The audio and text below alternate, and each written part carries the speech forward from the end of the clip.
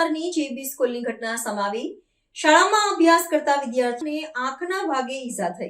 અંગ્રેજી માધ્યમ ધોરણ 9નો હર્ષ રાઠોડ થયો ઈજાગ્રસ્ત। ગતરોજ રિશેષ અગાઉ ક્લાસરૂમમાં વિદ્યાર્થી મસ્તી કરતા હતા। એક વિદ્યાર્થીએ બોલપેન ફેંકી તે સમયે હર્ષ ઊભો થયો। સંજોગવશાત વિદ્યાર્થીના આંખના ભાગે બોલપેન વાગી। ઈજાગ્રસ્તને ખાનગી હોસ્પિટલમાં ખસેડાયો। મારનાર વિદ્યાર્થી સીસીટીવીમાં કેદ। ઈજાગ્રસ્તના પિતા શૈલેષ રાઠોડે નિવેદન આપતા કહ્યું કે મારે કોઈ ફરિયાદ કરવી નથી। તે વિદ્યાર્થીઓ પણ મારા બાળક જેવા છે। શાળાએ તેની પ્રાથમિક સારવાર ન કરી અને અમને પહેલા બોલાવ્યા। અમે હવે બાળકોને મસ્તી ન કરવા અપીલ કરી રહ્યા છીએ, જેવું કહેતા શાળાના આચાર્ય। મારું નામ શૈલેષ રાઠોડ, મારા છોકરાનું નામ છે હર્ષ રાઠોડ। એ વિદ્યુતનગર કોલાની અંદર જીબીની સ્કૂલ છે, એની અંદર 9મા ધોરણમાં ભણે છે। એના એ બરાબર 12:05 જ્યારે 12:10 સ્કૂલ છૂટવાના ટાઈમે એમના જે મેડમ હતા હોવા છતાં છોકરાઓ મસ્તી કરતા। ક્લાસ ટીચર જે હતા, જે મેડમ ક્લાસ ટીચર જ હતા, એમણે એટલું કહેવું છે કે મસ્તી શું કામ કરો છો, આ છે। તો છતાં મેડમે કશું કંઈ કીધું નહીં। અને ફૂટેજ ચાલુ છે તો ઓફિસની અંદર બેઠા બેઠા શું જોવે છે આ લોકો, જે પ્રિન્સિપાલ ઓફિસમાં ઝઘડો બગડો નહીં, છોકરા મસ્તીની અંદર કરતા હતા। તો એમને કહેવાની છે ફરજ ટીચરને કે આ શું કામ કરો છો, કોઈકને વાગી જશે। તો છતાં કંઈ બેદરકારી લીધી। ફૂટેજની અંદર બધું બતાવે છે, ત્યાં હું જોઈને આવ્યો છું। ને મારા છોકરાનો કંઈ વાંક નથી। જે છોકરાઓ તો છેલ્લી બેન્ચીસ ને પહેલી બેન્ચીસ પર, તો એની અંદર ક્લાસ ટીચરને ખબર તો પડી જાય ને કે આ શું કરે છે। એ નીચે મોઢું નાખીને બેઠી હતી, બરાબર। તો શું કરે, આ છોકરાઓ મસ્તી કરતા હતા, એના ફૂટેજ બધા છે। અને મારા છોકરાને છેલ્લી કાગળના ડૂચા માર્યા, પછી ભાઈ બોલપેન મારી, એ સીધી મારા છોકરાના જમણા આંખ પર પડી ગઈ છે। સિચ્યુએશન સારી છે, છોકરો બોલે છે, બધું છે, પણ હવે આંખની કંઈ એ છે નહીં અમારે। તો મારે ગુજરાત સરકારને એટલું કહેવું છે કે ઓલ ઇન્ડિયા, ઓલ ગુજરાતની અંદર કે આવા બનાવ ના બને અને છોકરાના મા બાપ આ તકેસ્થિત રહે, એમ કે દરેક સ્કૂલની અંદર આવું ના થવું જોઈએ।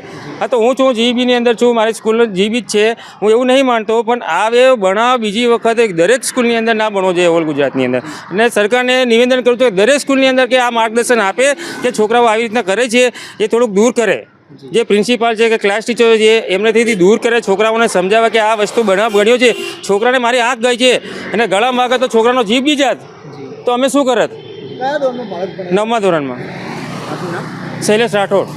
એટલે વિદ્યુત બોર્ડ વિદ્યાલય ઇંગ્લિશ મીડિયમમાં 9મા ધોરણમાં છોકરા ભણતો હતો અને કાલે છૂટવાના ટાઈમે એટલે કે 12:10 ત્યારે ક્લાસરૂમમાં મેડમ એક નોટબુક ચેક કરી રહ્યા હતા।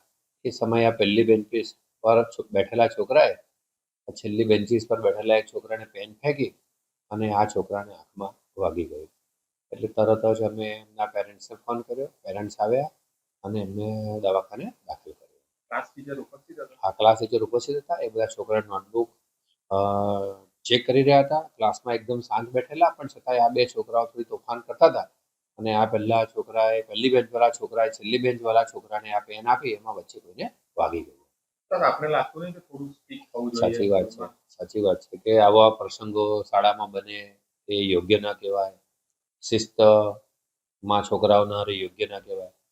રેગ્યુલર અમે પણ રિસેસ દરમિયાન અમારા 2 ટીચરો લોબીમાં ફરતા હોય છે, 2 ટીચરો ગ્રાઉન્ડ પર પણ રાખીએ છીએ, બધાની ડ્યુટી આપેલી છે કે જેથી આવા પ્રસંગો ના બને।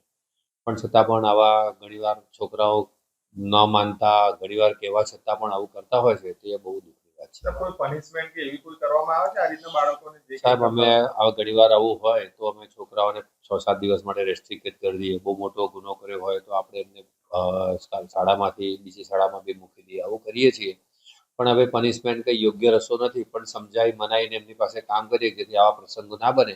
એટલા માટે આજે પણ અમે સવારે શું કર્યું, દરેક ક્લાસની અંદર દરેક ક્લાસ ટીચરે પહેલા પીરિયડની અંદર બધાને સમજાવ્યું કે આટલી નાની નાની વાતો ઘણીવાર કેટલી ગંભીર પરિણામ લેતી હોય છે। એ બધું સમજાવી અને તોફાન ઓછું થાય, ના થાય એને માટેના અમે પૂરા પ્રયત્ન કરીએ। અત્યારે એને હોસ્પિટલાઇઝમાં દાખલ કર્યો છે, કાલે એનું ઓપરેશન પણ થઈ ગયું છે।